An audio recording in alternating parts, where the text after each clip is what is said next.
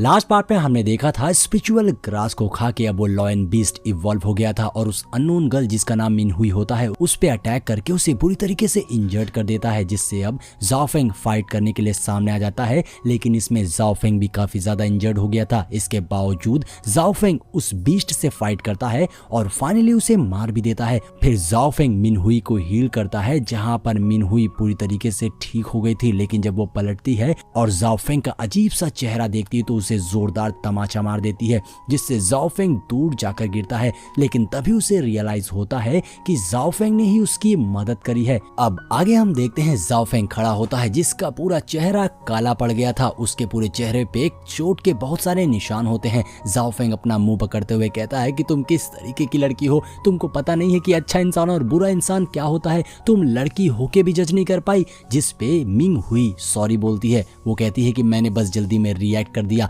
मुझे लगा कि तुम कोई बुरे इंसान हो। लेकिन अब जाओ फेंग उसके पास आते हुए कहता है तुम्हें किस एंगल से मैं बुरा लग रहा हूँ, मैंने तो बल्कि तुम्हारी मदद की है, मैंने तुम्हें हील किया है। जिस पे मिंग हुई उससे सॉरी बोलते हुए माफी मांगती है। लेकिन अब जाओ फेंग कहता है कि नहीं, मैं इससे नहीं मानने वाला हूँ, अब तुम्हें इसके लिए मुझे कंपनसेट करना होगा, तुम्हें मुझे कुछ ना कुछ तो देना ही होगा। ऐसा कहते हुए जाओ फेंग मिंग हुई के पास आने लग जाता है तो मिंग हुई शर्मा जाती है। उससे लगने लगता है कि ना जाने ये मेरे से क्या मांगने वाला है। लेकिन जाओ फेंग कहता है क्या तुम्हारे पास पैसे होंगे। यहाँ पर जाओ फेंग एक बार फिर से अपनी औकात पर आ गया था।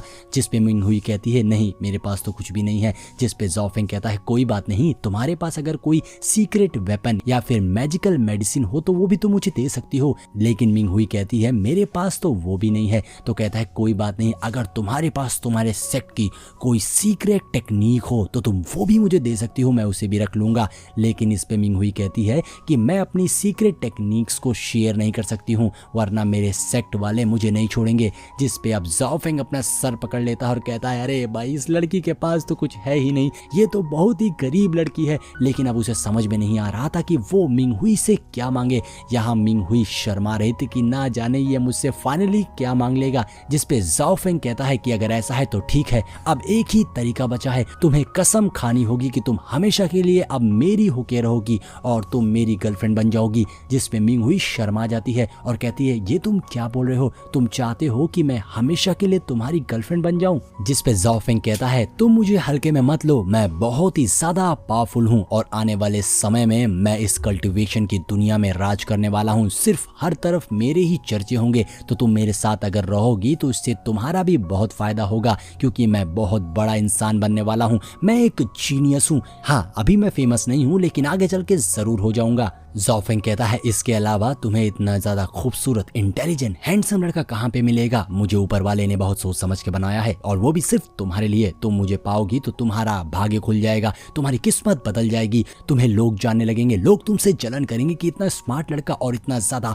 पावरफुल लड़का तुम्हारे साथ में है, सोच लो डील बहुत ही अच्छी है। अब यहाँ पर जाओ फेंग अपनी सारी कलाएं दिखाते हुए मिंग हुई को मनाने में लग गया था। जाओ फेंग की ये सारी बातें सुनकर मिंग हुई हंसने लग जाती है। जिस पे जाओ फेंग उससे पूछता है कि तुम क्यों हंस रही हो। तो मिंग हुई उससे कहती है मेरी लाइफ बचाने के लिए बहुत बहुत शुक्रिया। जिसके बाद मिंग हुई वहां से जाने लग जाती है और कहती है कि हम दोबारा जरूर मिलेंगे। ऐसा कहते हुए मिंग हुई वहां से चली जाती है और जाओ फेंग यहाँ पर मिंग हुई को आवाज लगाते रह जाता है कि रुक जाओ अभी मेरी बात पूरी नहीं हुई है। लेकिन मिंग हुई वहां से चली जाती है और वहीं दूसरी ओर हम मिंग हुई को सोचते हुए देखते हैं जहां पर वो कह रही थी जाओ फेंग अगर जाओ फैमिली को इन सब बारे में पता चल गया तो तुम्हारी लाइफ बहुत बड़े डेंजर में पड़ जाएगी क्योंकि मैं एक अलग फैमिली से हूं और मेरे रास्ते अलग हैं, हमें अलग रहना होगा वरना हम बहुत बड़ी मुसीबत में आ जाएंगे। लेकिन यहाँ पर हम देखते हैं कि मिंग हुई के दिल में जाओ फेंग के लिए कुछ तो फीलिंग जग गई थी। इसके बाद मिंग हुई वहां से चली जाती है। यहाँ पर जाओ फेंग चिल्ला रहा होता है कि अरे जा तो रही हो लेकिन अपना कोई कॉन्टेक्ट इन्फॉर्मेशन तो दे दो वरना मैं तुम्हें ढूंढूंगा कैसे। लेकिन जाओ फेंग को कुछ भी नहीं मिलता है।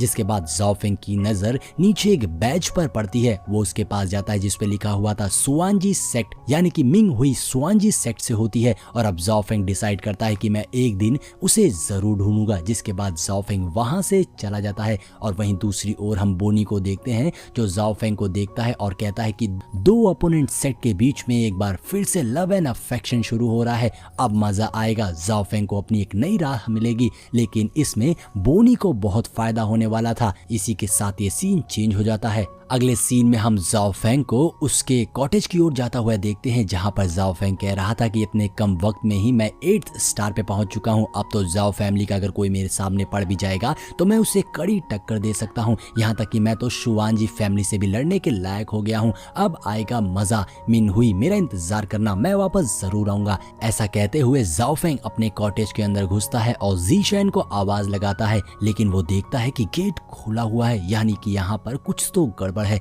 लेकिन जैसे ही वो अंदर घुसता है हमें अंदर बहुत सारे गूंस छिपे हुए दिखाई देते हैं जो जाओ फेंग पर ही हमला करने आए थे, और जाओ फेंग के अंदर घुसते ही वो सभी जाओ फेंग के ऊपर अटैक कर देते हैं। लेकिन अब जाओ फेंग इतना तो काबिल हो गया था कि उन लोगों को संभाल सके। जाओ फेंग तुरंत ही अपनी स्वॉर्ड बाहर निकाल के उनसे फाइट करना शुरू कर देता है और एक एक को पटकने लग जाता है। जिसके बाद जाओ फेंग उनसे पूछता है तुमने ज़ीशेन के साथ में क्या किया है, जिसपे गून में से एक बंदा सामने आते हुए कहता है कि तुम्हें पता भी नहीं चलेगा कि ज़ीशेन कहां पर है। उसे हमने सिटी लॉर्ड के सन को गिफ्ट कर दिया है, क्योंकि सिटी लॉर्ड के सन को वो बहुत पसंद थी और वो अब उनकी हो गई है, जो कि इस वक्त होंगटाई हॉल में है। जिसपे उस बंदे का साथी कहता है मास्टर आपने पहले इसको सारी इंफॉर्मेशन दे दी है। जिसपे वो कहता है मैंने सब बता दिया, सॉरी मैं गलती से बोल गया। लेकिन अब यहाँ पर जाओ फेंग बहुत ज्यादा सीरियस हो गया था और वो कहता है कि अगर तुम लोगों ने ज़ीशेन को थोड़ा सा भी हर्ट किया तो बदले में मैं तुम्हारी जान ले लूंगा। पहली बार जाओ फेंग सच में बहुत ज्यादा गुस्से में था। जाओ फेंग अपनी स्वॉर्ड बाहर निकालता है और उन सभी से फाइट करते हुए उन सबको मारने लग जाता है। यहाँ पर जाओ फेंग का अटैक बहुत ही ज्यादा ब्रूटल था।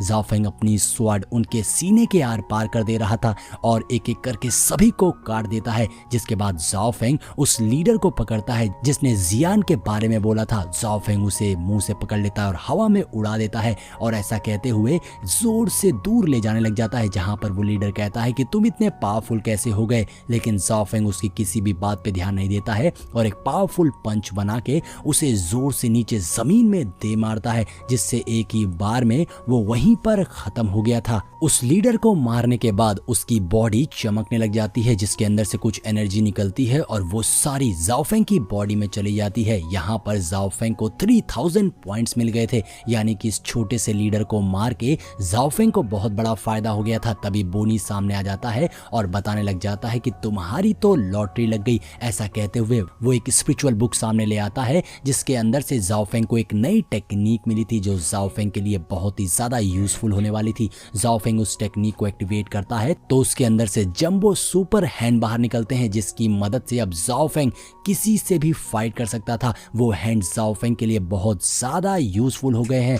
जाओ फेंग उससे ट्राई करता है। जाओ फेंग देखता है कि उस जंबो हैंड के एक ही स्मैश से सामने सब कुछ डिस्ट्रॉय हो जा रहा था, यानी कि जाओ फेंग के पास अब एक तरीके से 4 हाथ हो गए थे। जाओ फेंग उसे बहुत अच्छे से कंट्रोल कर पा रहा था और जाओ फेंग उसका इस्तेमाल करके भी देखता है। अब जाओ फेंग ने जब उस हैंड का इस्तेमाल कर लिया था तो जाओ फेंग को भी अपने ऊपर बहुत ज्यादा भरोसा हो गया था। जाओ फेंग समझ गया था कि अब वो इस हैंड का यूज बहुत अच्छे से कर सकता है और अब जाओ फेंग बिल्कुल तैयार हो गया था सिटी लॉर्ड के मेंशन में घुसने के लिए, क्योंकि उसे ज़ीशेन की फिक्र हो रही थी।